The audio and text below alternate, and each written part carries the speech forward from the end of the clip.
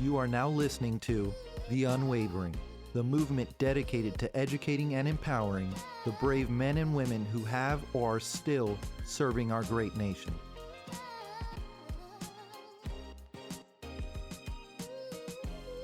What's up, everyone? This is Kevin with another episode of The Unwavering.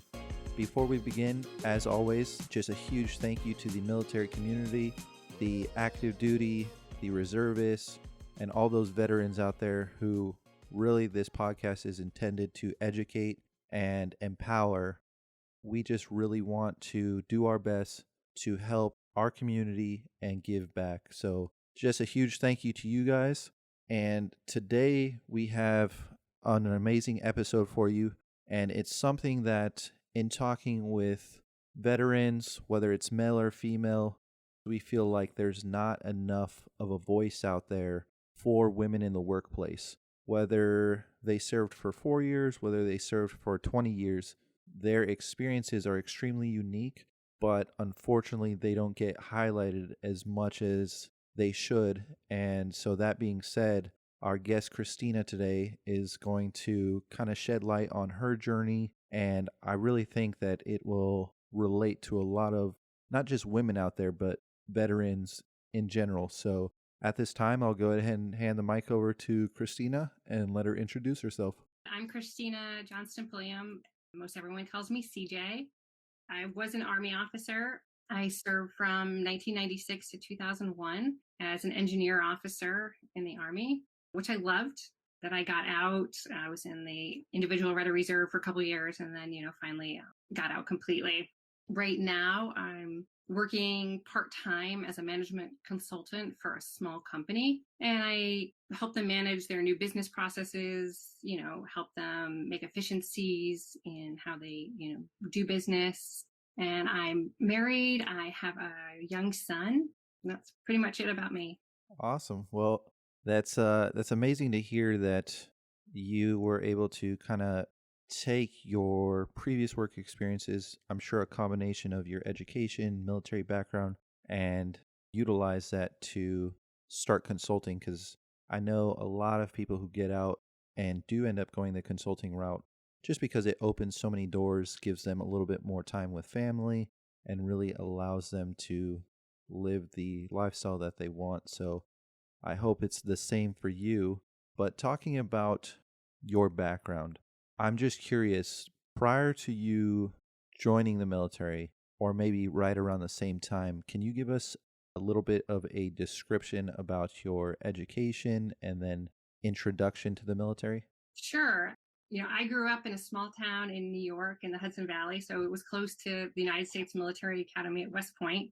Growing up, went to football games there, thought it was really neat, but I didn't really have much interest in the military.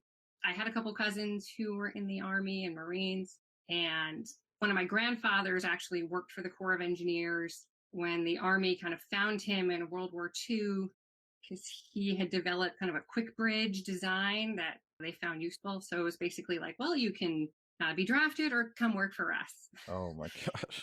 So he went to work for the Army then as a civilian, and he was actually one of the engineers that helped construct Fort Leonard Wood, which was kind of interesting because then many years later, I ended up becoming an Army engineer.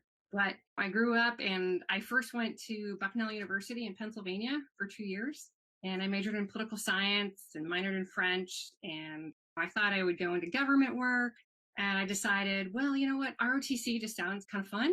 I tried it for those 2 years and I decided, no, I really like this. I want to be an Army officer. And so my second year at Bucknell, I decided I love Bucknell. It was great, but I was like, my goal is to be an officer. Bucknell's terrific, but that's not their goal. They don't turn out Army officers. West Point and the United States Military Academy, that's their goal. So I decided I was going to apply there during my sophomore year in college, and I did. Then I got waitlisted. It's like, thank you. We'll put you, at the top of the waiting list, but class is full. So I was like, okay, I'm going to go home this summer. I'm going to get a job, earn some money. And about 1 week before you would need to report to West Point for summer training, I got a call and it was like, hey, we've been trying to track you down, like your guidance counselor from high school trying to call your family. A spot's opened up at West Point. Do you want it? We need to know by tomorrow. I was like, oh my goodness, what do I do? And I called friends who had gone to West Point, and I was like, what do I do? How do I do this?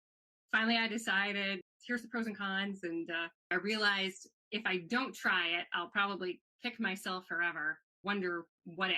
But I have to try it. And, if it isn't for me, I can always decide that's not for me and go back to Bucknell or, whatever else. So I said, yes, I will go. I ended up majoring in military history and minored in computer science, and I graduated in 1996. So I kind of had a different journey in college, but I will never regret it. It was a tough but good experience.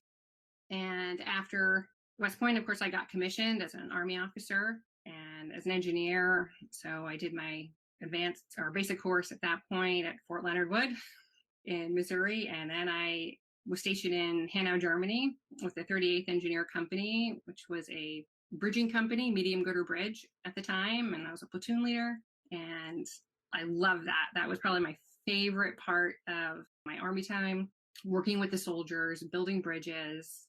And we did deploy several times as part of the stabilization force in Croatia and Bosnia. After my platoon time, I went up to the 130th Engineer Brigade headquarters, and I was there being the assistant training officer, plans officer, training officer, things I kind of thought I wouldn't be doing again, but it will come around multiple times. And then I went back to for my advanced course, and then my last duty station was at Fort Bragg in North Carolina.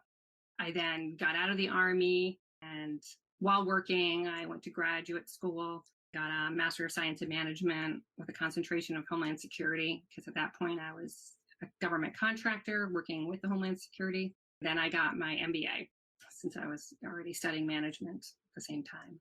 The amount of things that you just listed, the different billets you held, the different educational certifications and programs that you went through, that right there is exactly why I created this podcast. I want to show that service members just like you bring such an incredible skill set to the workplace.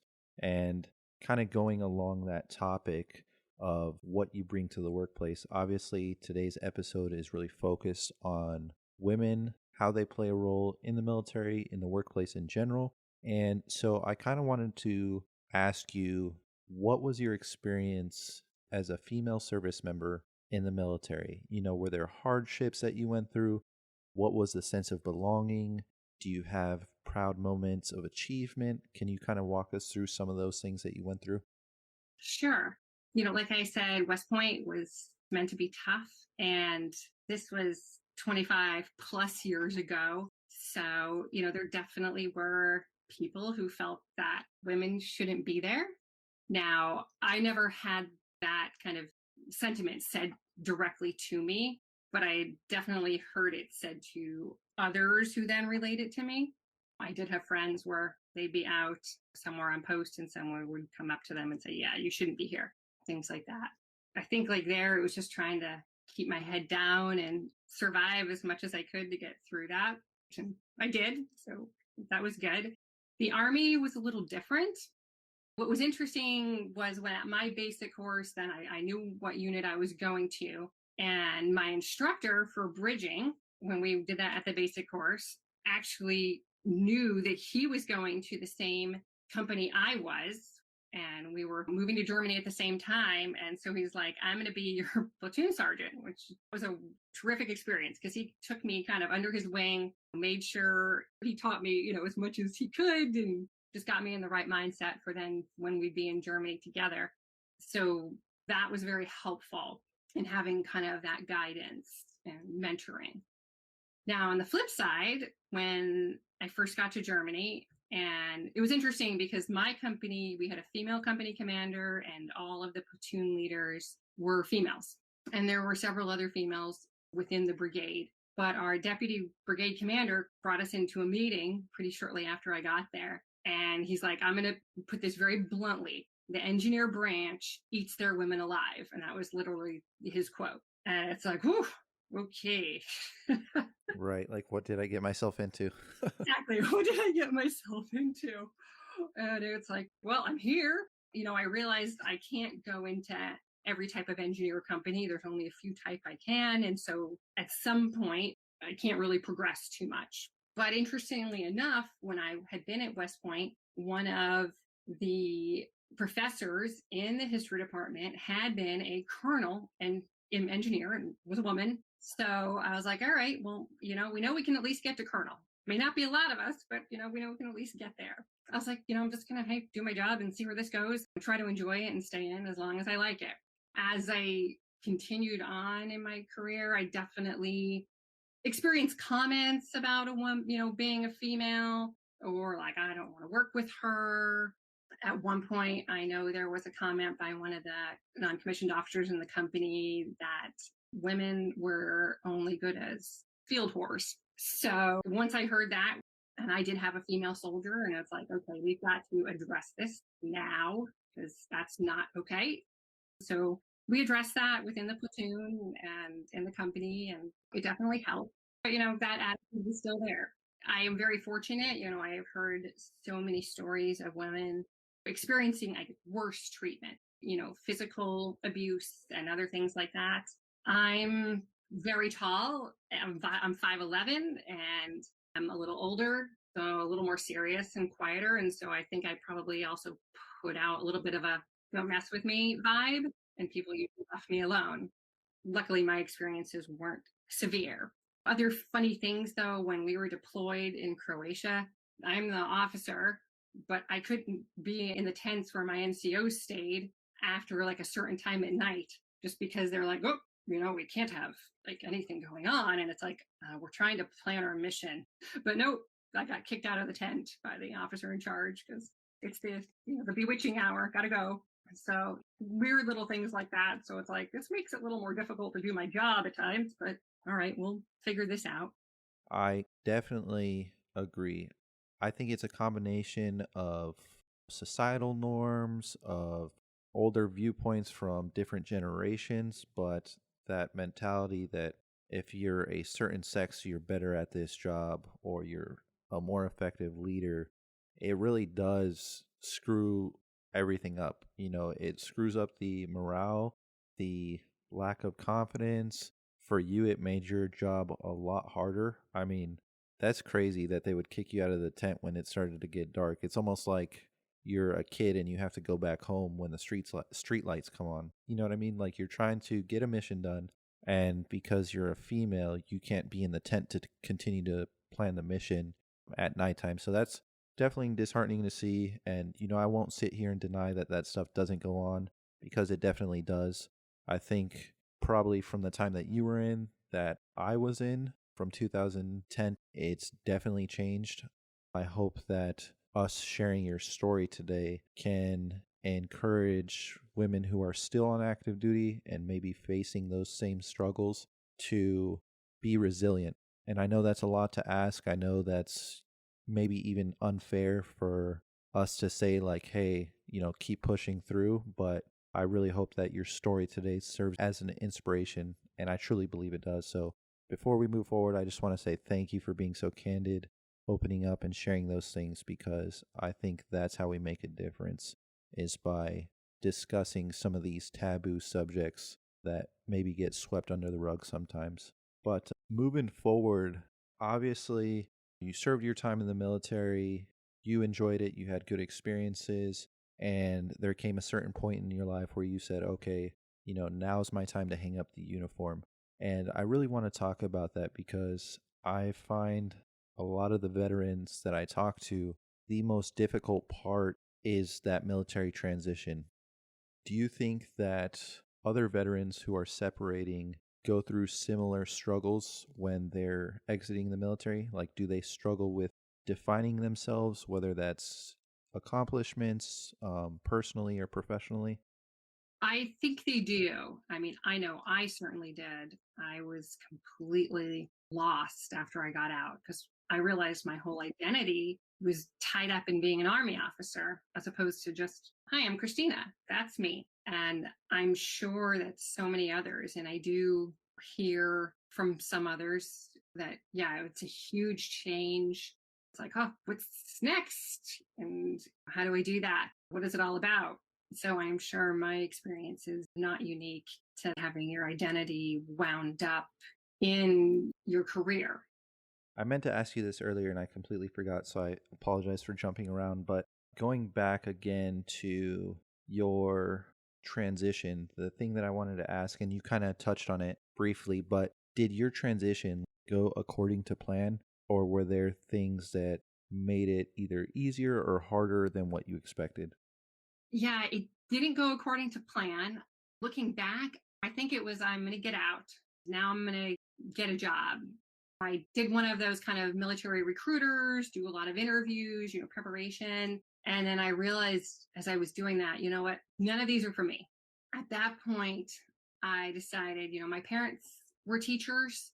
I might want to teach. So I was a substitute teacher for the majority of, that school year when I got out. At the time, I was dating another service member, another officer while I was at Bragg. We had gotten engaged. And so all of a sudden I became an Army spouse, which was a whole different world on the other side. Then we moved, for his new duty station. And at that point, I was like, I'm not teaching right now because I kind of decided, no, I don't think I want to do that full time. At that point, I was like, I need to get a job so we can help pay the bills. So I started working for Barnes and Noble and Eddie Bauer and went into retail. And then our orders got changed and we went to Pine Bluff Arsenal in Arkansas. And at that point, that's when I joined a government contracting company. And in that job, I started traveling 2 to 3 weeks out of each month, working on contracts that taught first responders about weapons of mass destruction, how to detect them. And so I was part of a team that taught them how to use all these kinds of different detection equipment, which, I had learned a little bit about in the military, but now I got a lot more in depth. And I continued working for them. Then after we moved to the DC area, once my husband got out of the Army and his job brought him to the Washington, DC area, all of a sudden, here I am back planning training exercises. I'm back doing plans and training. And I'm like, well, I guess my time doing all that in the Army was very useful. Never thought I'd be using that again, or kind of the decision-making process that the Army uses to make plans. But oh, here it is. This is useful. And so I did that for 9 years, doing training, operations, different plans for the Department of Homeland Security, Office of Health Affairs, and then the Office of Infrastructure Protection. So did different types of weapons of mass destruction, biological, chemical, radiological agents. That training played right into that. And I ended up then switching over to a different company after 9 years and became the program manager for a 49-person team that supported the Department of State, Office of Overseas Citizen Services. And it was a great experience leading that team and working with all those people and their mission. But it was stressful. 3 weeks after I started that job, my father passed away. And I spent the next almost 2 years settling the estate since I was his only child and he hadn't remarried after my parents had been divorced. I was realizing the hours are getting longer. It's just more demanding and more stressful on me. And I could tell my son, like I mentioned, I had a young son. He was 3 at the time, and I could tell it was affecting him. And it was like, okay, family is the priority and I have to make a change. So I never thought I'd leave the contracting world, but I resigned that job and thought I'd just stay home for a few months, just kind of we'll get a little more, stable. But then an opening came up. And so I was like, you know what? Why not? Let me try this. I'm enjoying being with the kids. So I got my preschool teacher certification and I became a preschool teacher for 2 years.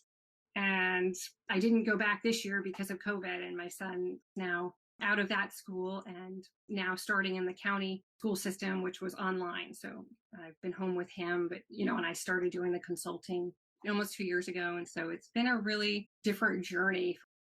And then also since 2019, I've done yoga on and off for 20 some years, but I decided I'd really like to do that more in depth. And at the school, we used to do yoga positions with the kids and they really responded to it. And I felt it was so amazing just how doing some quiet time, some breathing, some yoga could help them. And so I wanted to learn more about that and be able to share that with others. So got my yoga teacher certification training, the first class. I've now added that to something else I enjoy and do. Obviously, COVID has kind of changed the work status a little bit, and family definitely has been the priority. And ever since my father passed, I'm on this journey. I really don't know quite where I'm supposed to be going, where I'm supposed to end up, and that's okay. But I know I'm in a place that I'm headed that's right for me and that's right with my heart and my soul. See, and that honestly, just goosebumps. That right there is the beautiful thing about your story. You just said you're on this journey and you don't know exactly where you're headed, but it feels right. It feels more in line with you, with your family, and what makes you happy. And that's why I think that women play such a pivotal role in any organization, in a company, in the military, because you guys are so flexible, and the amount of different things over your lifetime that you learn, whether it's parenting skills, whether it's in your case being an officer and leading engineers and stuff like that. I mean, you just listed off a multitude of different jobs and experiences that you had. And I really want to touch on that for a second because I think that will touch a lot of people. So, in the beginning, starting off with the military, obviously you served as an officer. After that time, or I guess kind of during that time, you were a military spouse. So you were now going from the military service member to the spouse, learning that new role. After that, you went to Barnes and Noble for a brief period. Then you got into contracting and plans and training. You became a program manager at the Department of State, working with different organizations on how to prepare in case of weapons of mass destruction, biological warfare. Then you went to a preschool teacher, got your yoga certification, and now you're also working at Erudine doing consulting. So that right there is a perfect example that you don't have to follow a set path in life. You may not know where you're going, just as Christina just said, but that's okay. As long as you are going in a direction that you're happy with, that's the number one. If it's in line with you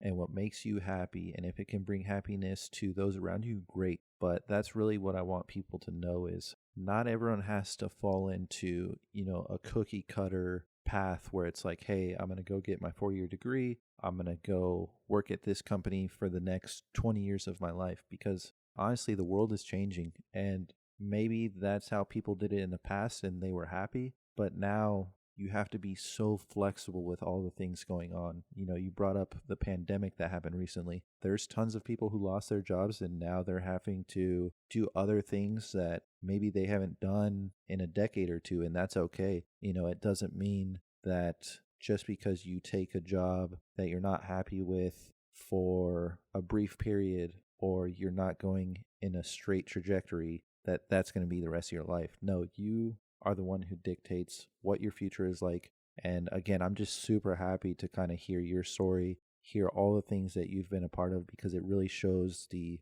resiliency, the adaptability, and the dedication to your family. You're willing to do absolutely anything in this world to make sure that they're taken care of because they're your priority. And I just find this absolutely incredible. Thank you.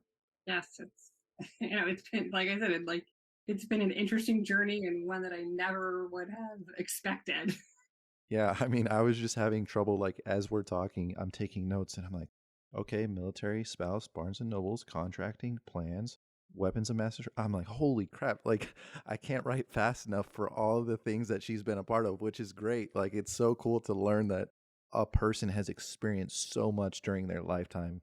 I have that same kind of thing where I don't know exactly where I want to end up or what I want to do, but that's okay. I've come to realize that I don't have to have it all planned out. And as long as I keep my head up, work hard, and dream big, I'll get there eventually. So, again, just love hearing your story. But moving on with the podcast before we get too wrapped up, what do you tell other service members who are unsure of their path, whether they're service members, veterans, women in the workplace? What do you tell them when they say, I'm just not sure if I'm on the right path? The main thing I say is listen to yourself. Take that quiet time with yourself and see what really comes up to the surface. Because I think we have to trust ourselves, but there's so much else out there, so much, if you want to call it noise. It's hard to even hear ourselves and even recognize this is what I want or feels right, as opposed to this is what I should be doing. And then also just simple, I think, know that you are worthy as a woman, as a human.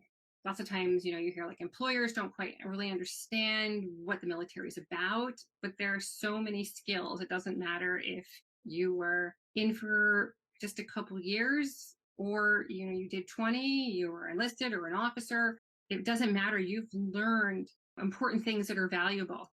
100%. I cannot echo what you are saying enough. Know that you are worthy as a human being is so powerful, because I think on the topic of, women in the workplace and just being a service member, oftentimes I think we let fear, societal norms, or the I should do this mentality dictate how we live. And that can often lead to people not being happy. But like you said, in your life, you've taken risks, you've had a plan, but even when it didn't go as planned, you were able to adapt and overcome. And so I think that's just a true testament to who you are as a person, what you represent, and just a good way for us to kind of end this segment. But before we go, I would like to kind of open it up, and if you're willing to maybe talk to listeners, or if anyone has questions, how can they contact you? What's the best form of communication? You can find me on Facebook or Instagram under CJ Johnston-Pulliam. I also have email, which is Christena J, ChristenAJ @hotmail.com. And I have a Facebook page kind of for the yoga meditation stuff. I haven't used it that much, but if you find the Facebook page called Infinite One, that's me as well. I'll be working on setting that up on Instagram as well, but my main CJ Johnston-Pulliam sites or my email are the best ways. Awesome. Yeah, well, we will definitely make sure to tag some of those, because I'm sure that there are going to be people with questions, or maybe they're interested in, like you mentioned, the yoga. Maybe they're interested in kind of what you're doing now as a advisor for Airudine. So I want to say thank you again. I truly appreciate you coming on board today. Just the time, the information, and sharing your story was an incredible learning experience for me, and I'm just grateful. Thank you, Christena. Guys, this is the end of this episode, but we hope that you enjoyed it, and if you guys have questions, please do feel free to reach out to Christena. I know that she'll welcome you with open arms and do her very best to kind of help guide you or point you in the right direction. Thanks for listening to The Unwavering. Please rate and comment on Apple Podcasts. Give us a 5-star and a great comment, and we may just read it on a future episode. Also, follow us on social platforms like Instagram, Facebook, and YouTube. Be sure to check back with us next week.